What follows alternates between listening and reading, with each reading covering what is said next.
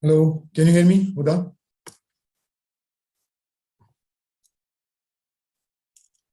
Okay, let me know if you can hear me and then we'll get started. So in today's class, we'll talk about the labor market, and we started off with this topic in the last class. We haven't, covered much of it, but we'll do a quick recap and then move forward. Perfect. Thank you so much. Right. May I request you to mute yourself? Uh, Okay, so let me, meanwhile, other students are joining us. Let's get started and let's do a quick recap of what we've done in the last class, and then we'll build on that knowledge. So this is a new topic that we have started, and it's known as labor market. This is part of Unit 3 of A2 Economics. Now, what is labor market, right? I mean, I'm quite sure by, hearing the word, you would get a fair idea of what labor market is. Before this, we have talked about product markets, right? So before this, we have talked about how goods and services are produced, who buys those things, and who produces those products, right? Just like any everyday usage items like food, clothes, shoes, laptops, bags, accessories, right? So these were product markets where goods and services are produced and sold. There are two sides of the market. One is producer end, which is suppliers who produce that product, and then there's consumer end, who are the consumers who consume that product, and so on, right? Similarly, there are factors of production markets as well, right? So what are the four factors of production you would remember from your AS? Capital is one input, labor is another input, land is another input, and enterprise, right? Now, in our syllabus, we will only talk about the labor market and we'll see that how labor market operates, right?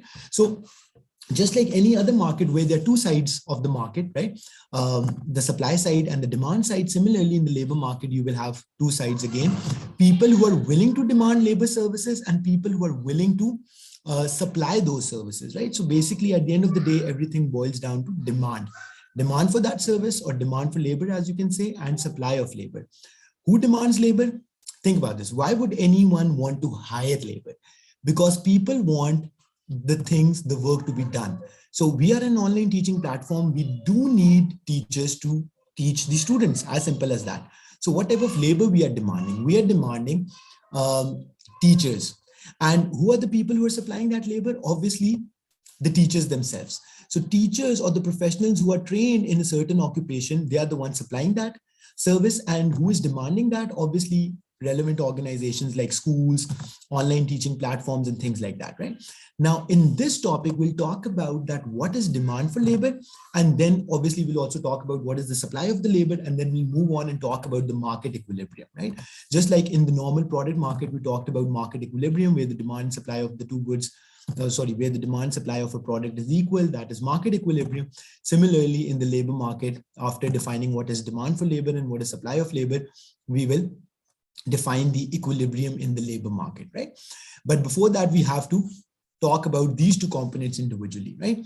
So Preet, we're just doing a quick recap of what we did in the last class, and now we are moving to new things. Okay, now what is demand for labor, right? So we know what labor market is. Now we are coming to the main part, wage determination. So what is wage determination? So it is the process how wages are determined in the free market. So right now we'll talk about just the free market, right? And what exactly is free market? We'll talk about it. Just like product prices, which are based on the demand and supply of that particular product, the labor wages are also based on the demand supply of labor. I just explained you, right? Just like the price of any product is based on what? It's based on simply how much is the demand for that thing, how much is the supply for that thing. So where the market demand and market supply of a product are equal, that is basically its equilibrium. Similarly, in this as well, we will see market supply and market demand for labor, and where the two graphs will intersect each other, that will be the equilibrium in the labor market. That will show you wages on the y-axis and the quantity of labor that will be hired on the x-axis, right? Okay, but before that, as I told you, that we need to discuss what is demand and what is supply. Okay, now let's move on and let's discuss each of these components one by one. So what is labor demand? So now this is something that you have to pay close attention to. So labor demand is derived demand. So that's the first thing that you need to understand. What do we mean by derived? Why do we need labor? That is the most fundamental question that any organization asks itself, right? Now think about this. A school needs teachers to teach the students. A hospital needs doctors to treat the patients. So the demand for labor is derived from the demand of the final good or service that they produce. How many of you are getting this, right? So if I have to define this for you, so it would be means that the demand for labor is based on the demand for final good, for final product produced by those people, right? So think about this. If there are more schools opening up, definitely there will be more demand for teachers. Simple, right?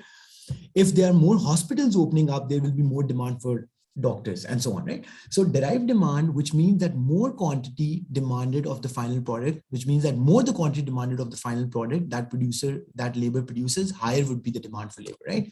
So it's very simple. So if a restaurant is really booming and it's producing more and there is a lot of demand from customers for its food because they like it, then that restaurant would think about having more workers because obviously they have to keep up with the production levels, right? Production demand and so on, right? Okay, now that is what labor demand is. And today we'll talk more about it. Now, what is labor demand curve? Now, if you remember in the last class, we did quite some calculations. We'll do that quickly, right? But we'll not spend a lot of time. Now, before this, in our unit 2, we talked about marginal product of labor. Did we talk about marginal product of labor? Right? So what is marginal product of labor? Marginal product of labor, marginal means additional and product means output. In economics, product means output.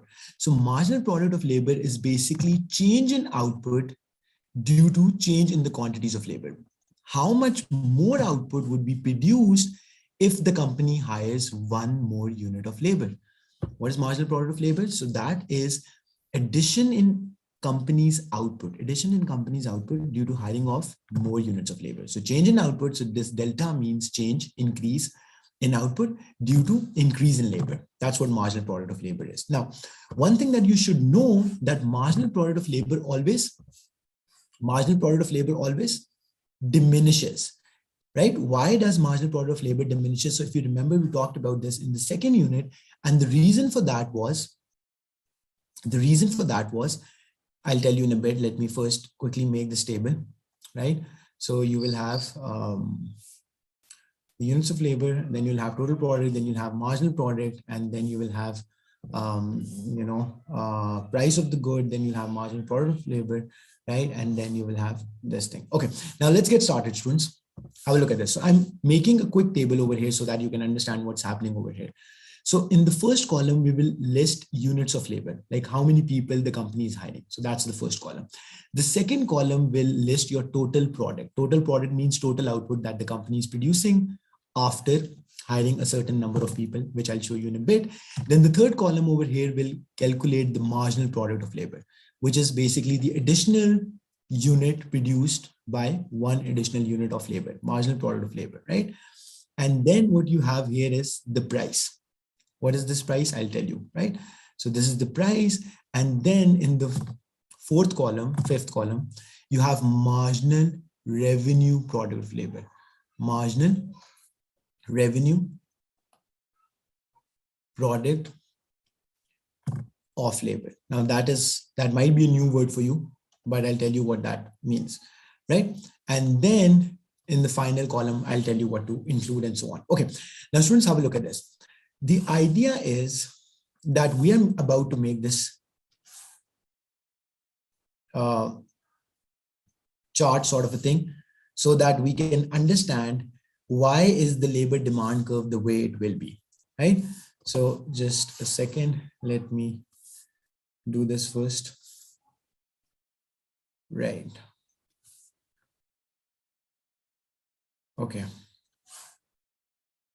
Okay, now let's get started, students. So here you have, let's say, after hiring the first unit of labor, how much will be your total output? That we will list over here.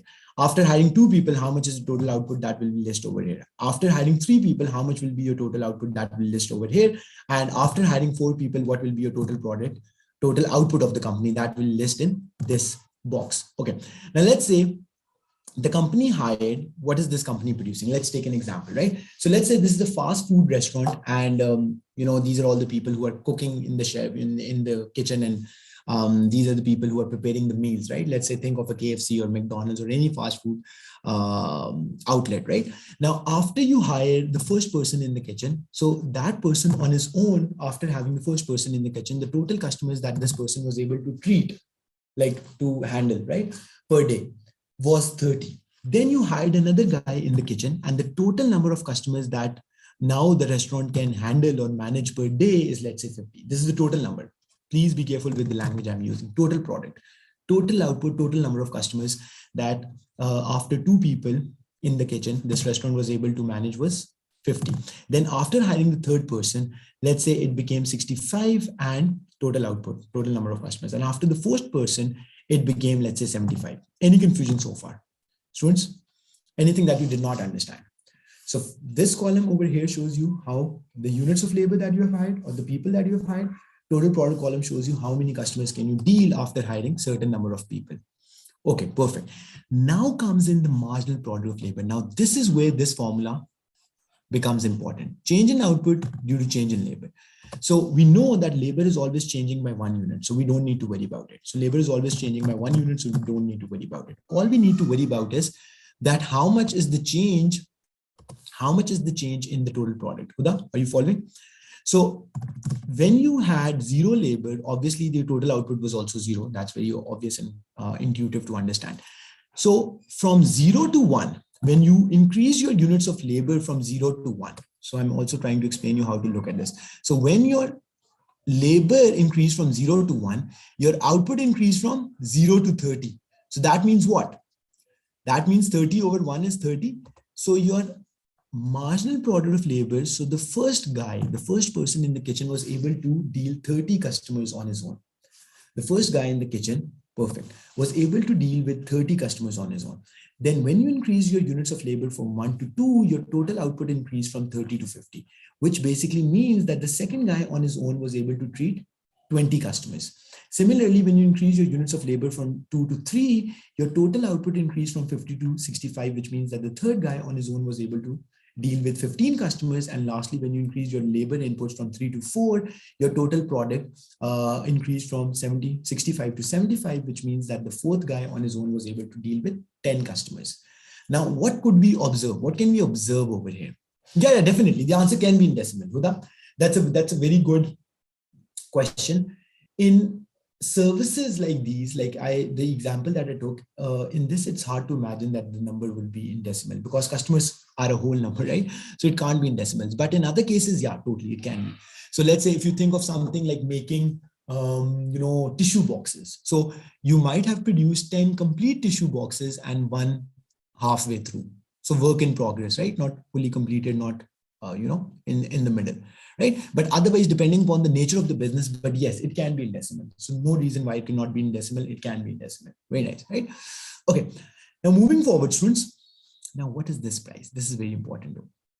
Price is the final price for which this product sells for. Right? So the product that these people are producing, how much is its price in the market? How much is the price of this final good that this labor has produced in the market? That is what your price shows.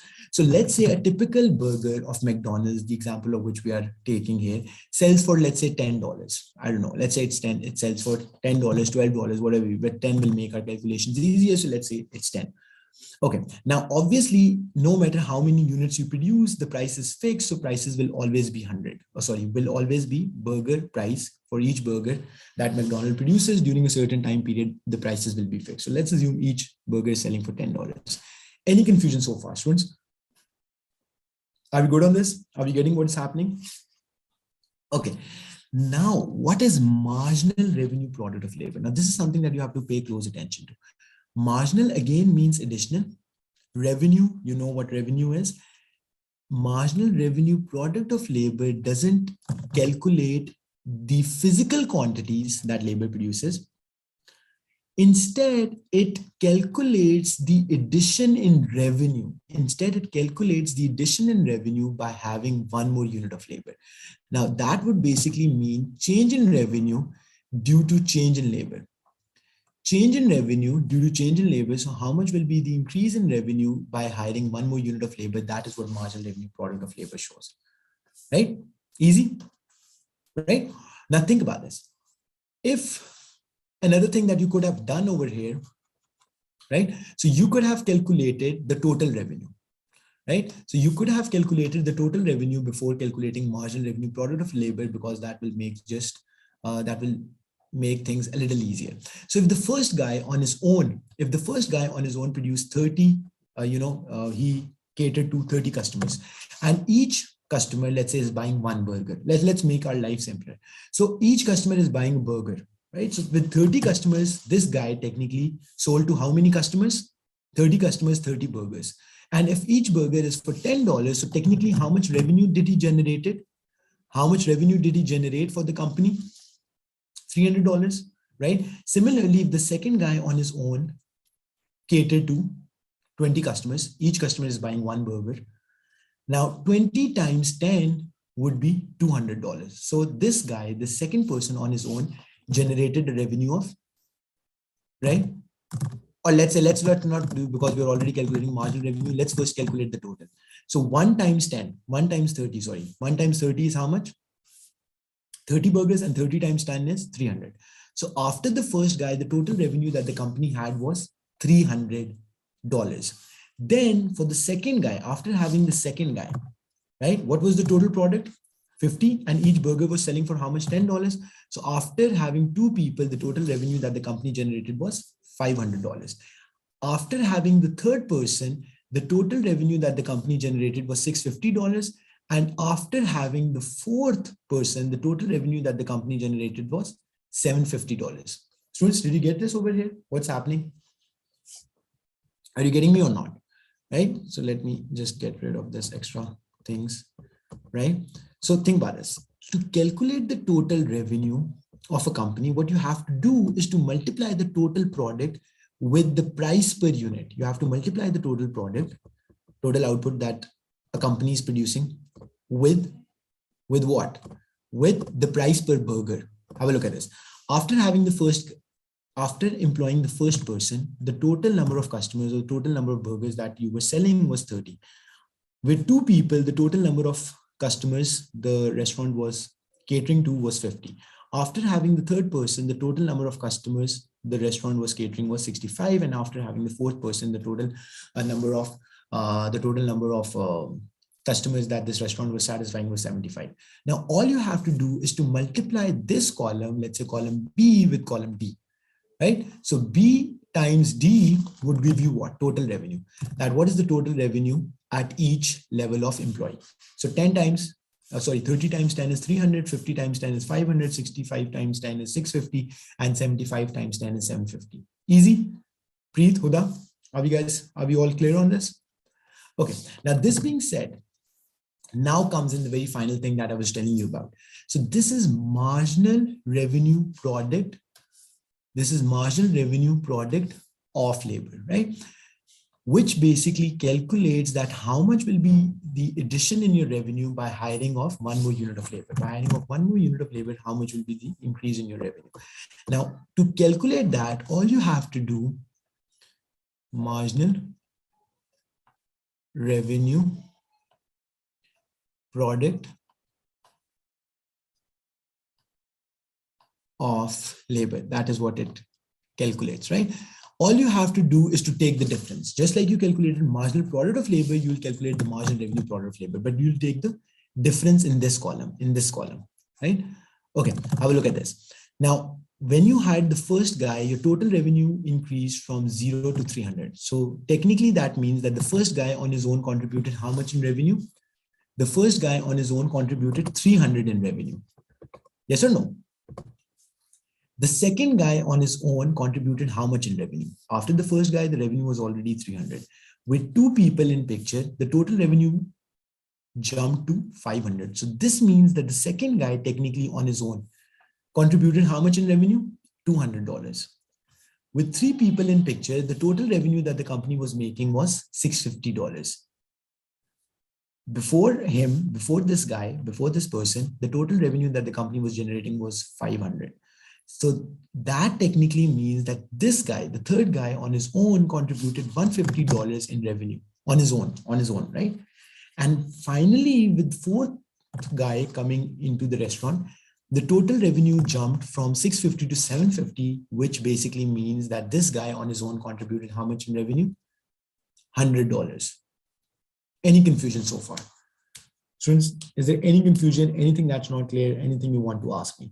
So this marginal revenue product of labor, which is this column, is showing that how much revenue did each additional unit of labor contribute to your business? How much additional revenue did each unit of labor contribute to your business? That's what it shows. Anything that's not clear, anything you want to ask me? We good? Now comes in the main question. Can you see a pattern here? Can you see a pattern? What is happening? As you hire more units of labor, your marginal revenue product of labor is diminishing. As you hire more units of labor, your marginal revenue product of labor is diminishing, right? So as this is going up, as the units of labor is going up, your marginal revenue product of labor is going down. First, guys, was 300, then 200, then 150, then 100, right? Why is that the case? So that is because your marginal product of labor is diminishing. So technically what we saw here is that marginal revenue product of labor is made up of, what's the short form for this? So also get used to this short form, because a lot of times in MCQs especially, they'll use some sort of short forms. So marginal revenue product of labor is basically product of marginal product of labor, which are the physical quantities that each unit of labor is making, times the price of each unit of the good, times the price of each unit of the good. Any confusion so far?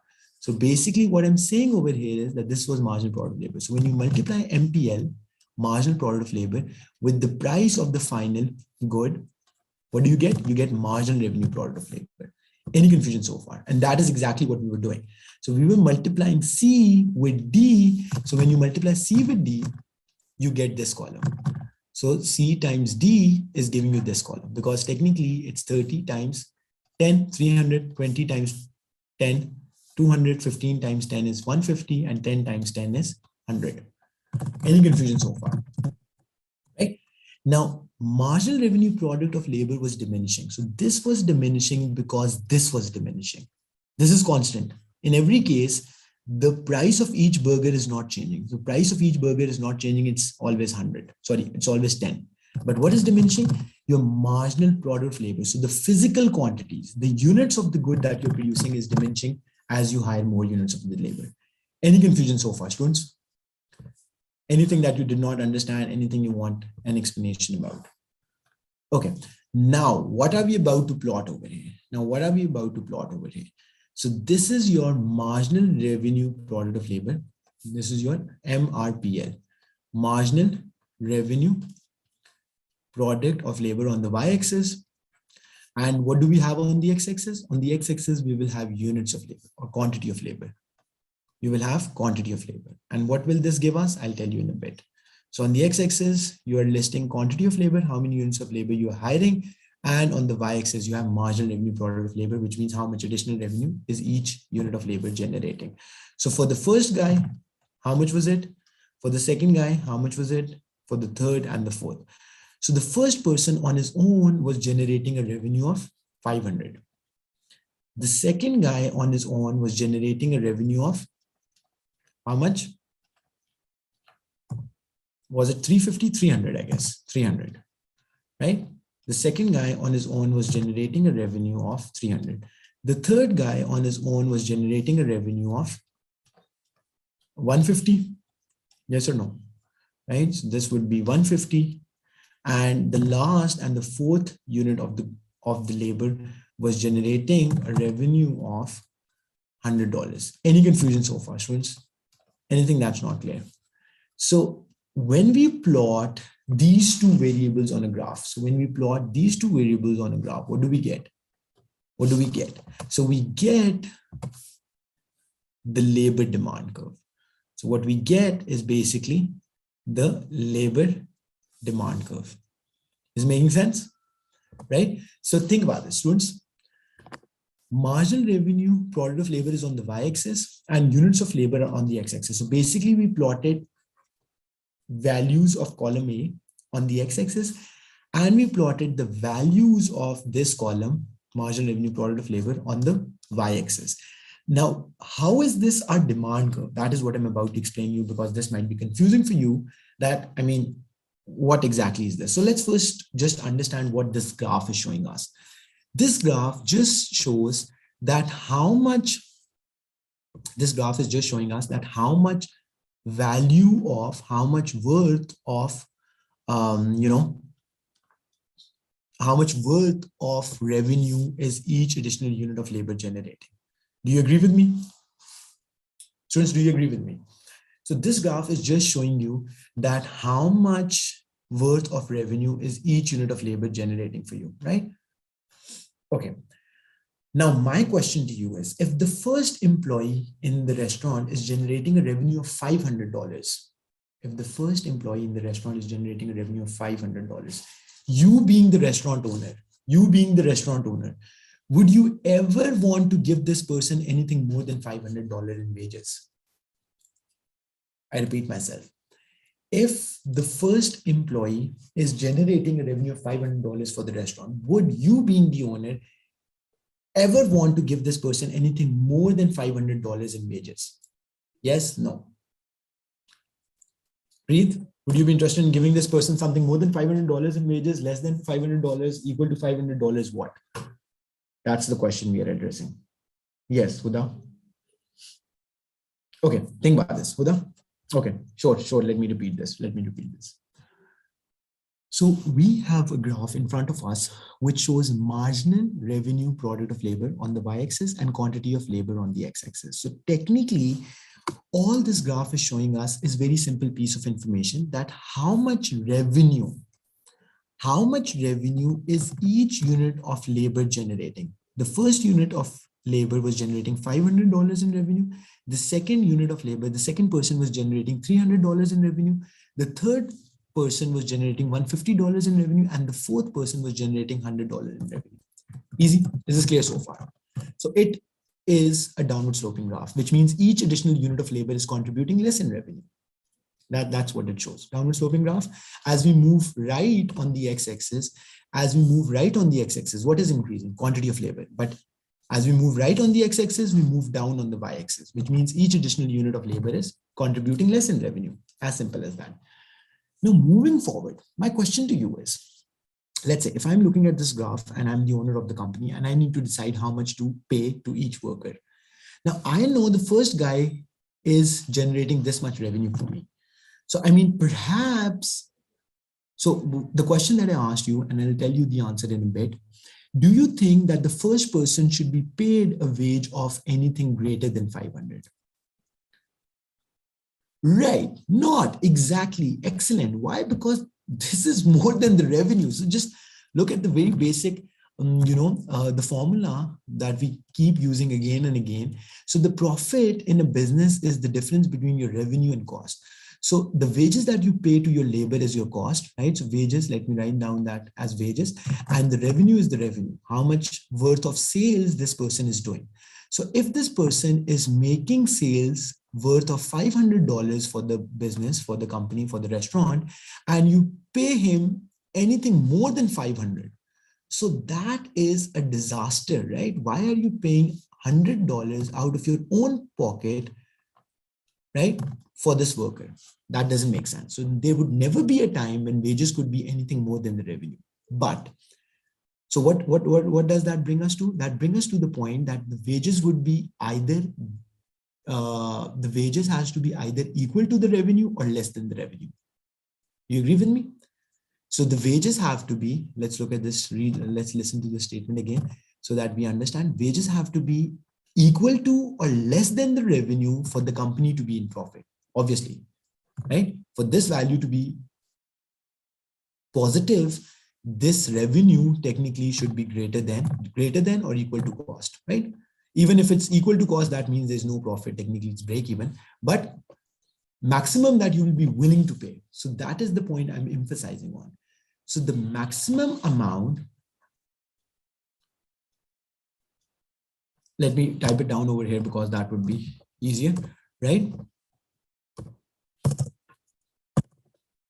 we're coming to the main part.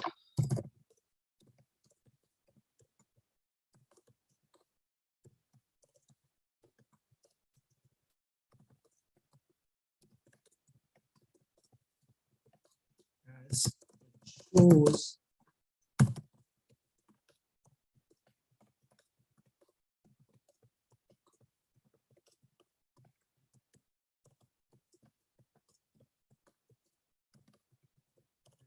for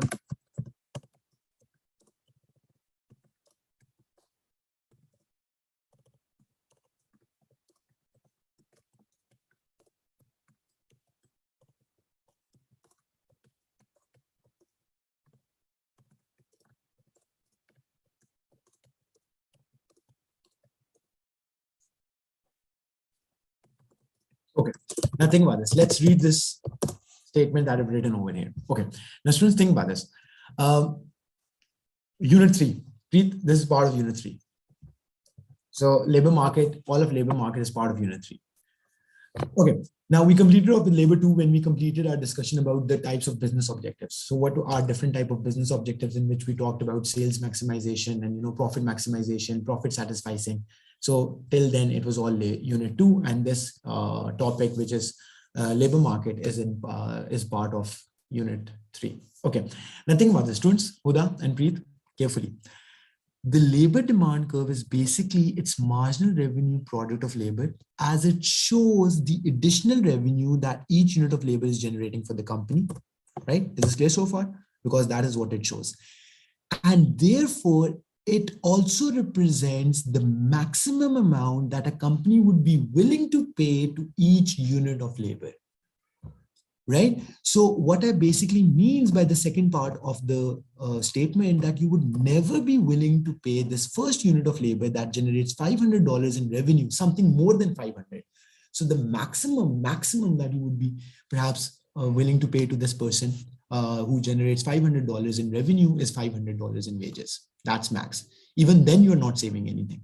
But still, I mean, let's take the assumption that the max we have to find out. So the maximum the maximum a company would be willing to pay to a person is equals to its marginal revenue product of labor. Do you agree with me, students? Hoda, Preet, do you agree with me?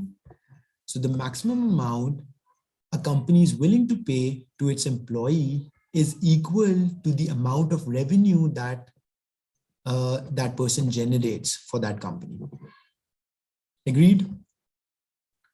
Right? So that is why if I replace this word of marginal revenue product of labor with wages, if I replace the word or put a slash over here and I say that this is your marginal revenue product of labor slash wages. So wages are not the actual wages that you will pay. It is just the wages that the company is willing to pay. How many of you got this over here? The wages being written on the y-axis doesn't actually show the wages that you're actually paying, but instead it shows the maximum amount that a company is willing to pay. It shows the willingness to pay rather than the actual wages that you'll be paying. Why are these not the actual wages that you'll be paying? That is what we'll discuss later on, because these are not the market wages. These are not the market wages. I'll tell you later on how that works. But how many of you are clear, absolutely clear on this? Huda, Preet? So long story short, let's look at this one more time. So your marginal product of labor, marginal revenue product of labor. So your marginal revenue product of labor shows additional revenue that each unit of labor generates for the company. So you have MRPL, marginal revenue product of labor, on the y-axis. On the x-axis, you have quantity of labor. So it shows how much revenue is each unit of labor generates. And therefore, that is the maximum amount that a company would be willing to pay in wages to that person. And that is the maximum amount that a company would be willing to pay to that person in wages. As simple as that. Nothing more, nothing less, right? Very good. Excellent. Preet, you're also clear on this, right? So since it's a downward sloping curve, since it's a downward, you can make it like this, you can make a straight line. Let's say it's a straight line, right? So corresponding to every person, it shows how much revenue that person generated, and that is the maximum amount that this company would be willing to pay to that person. As simple as that, right? So that could be anything, 600, 400, right? We good on this? Okay. So now what I was saying, that if I replace the word MRPL with the wages, so it doesn't mean that these are the actual wages that you'll pay to your workers, because that we'll see in a bit how are those wages determined. Basically, we call those market wages. But these wages are just showing the maximum amount that a company would be willing to pay to different units of the labor. So what that simply means that since the first employee generates a revenue of $600, so the maximum amount that you'll be willing to pay to this person, to this first employee, is $600, nothing more than 600, the max that you would be willing to pay. Anything less is obviously better, but the max that you would be willing to pay is 600. Similarly, for any other unit, if I choose any other quantity, right? So let's say for the second unit of labor, the max that you'll be willing to pay to this person is $400. The max that you'll be willing to pay to the third person is $350, and so on and so forth, right? So this is basically an individual firm's demand curve for labor. This is an individual firm, because that was what was for one restaurant. Do you remember? I gave you the example of one restaurant, right?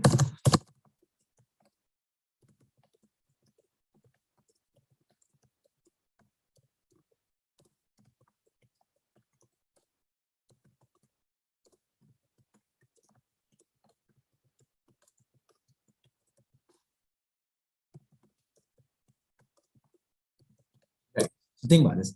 Hence, the labor demand curve for a firm shows the wages that a company would be willing to pay to each unit of labor. Right? Easy? Is making sense? Hence, the labor market demand curve for a firm, for one firm, shows the wages that the company would be willing to pay to each unit of labor. Any confusion? Are we good on this? So that was the demand curve for one firm. But obviously, we know that a market is made up of a couple of firms. Is there only one school in Islamabad that wants to hire teachers? Or is there only one teaching platform, online teaching platform, that wants to hire teachers in Pakistan, India, or any other country? Obviously, no. There are a couple of firms, couple of businesses who are willing to hire a certain type of labor. So market demand curve for labor is what? Can anyone of you guess what would be the labor, what would be the market demand for labor made up of? Can you guess?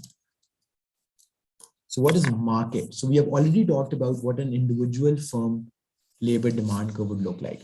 So individual firm labor demand curve shows the wages that a company is willing to pay, company would be willing to pay to each unit of labor, right? Yes or no? Got it?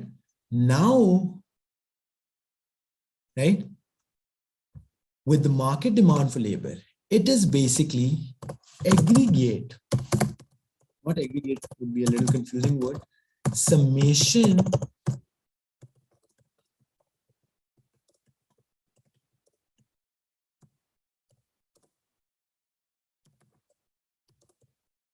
so let's put it down like this.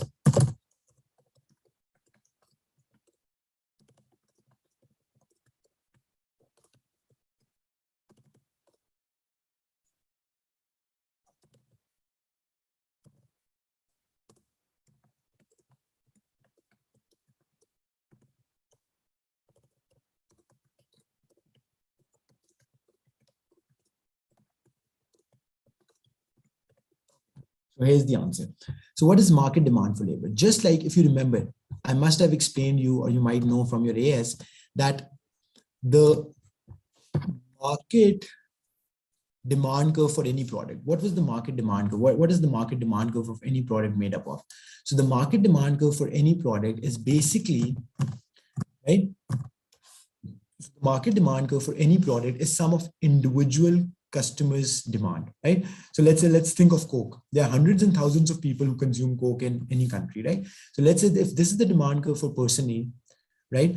And let's say if this is the demand for Coke by person B, and let's say if this is the demand curve for Coke by person C. So what would be the market demand curve? Let's assume there are only 3 customers who are demanding Coke. So basically, the sum of these individual demand curves will give you the market demand. Yes or no? For one product, let's say we are taking the example of Coke. So on the y-axis, you have price per unit. So how much is the price of each unit of the good? And on the x-axis, you always have the quantity. But in this graph, we have demand by three individual customers. Three individual customers. This is on the x-axis, you have quantity demanded. On the y-axis, you have price per unit, right? So if I have to calculate the market demand curve using these three individual demand curves, so what I need is that I'll choose a random price first, right? And at this price, I'll see how much units of Coke is customer A consuming or demanding. Let's say he's demanding 5 units at this price P1. At the same price, how many units is customer B demanding? How many units of this good is customer B demanding? Let's say he's demanding 8 units. And then at the same price, how many units of Coke is consumer C demanding? So let's say how many units? 10 units. So in total, at this price level, how much will be the demand in the market for Coke? Let's say if market is only made up of 3 customers, which is very unrealistic, but obviously I can't show so many graphs on the, so many curves on the graphs. So I'm just trying to keep it simple. So the total demand in the market, if these are the only 3 customers who purchase this product, would be 5 plus 10, 15, 15 plus 8 is 23. So the total demand in the market at this price level would be 23. And similarly, I can find it for all the other prices. Similarly, I can choose any other price level. I can choose, okay, so the class is about to end. So how about you join with the same link again? Join with the same link again.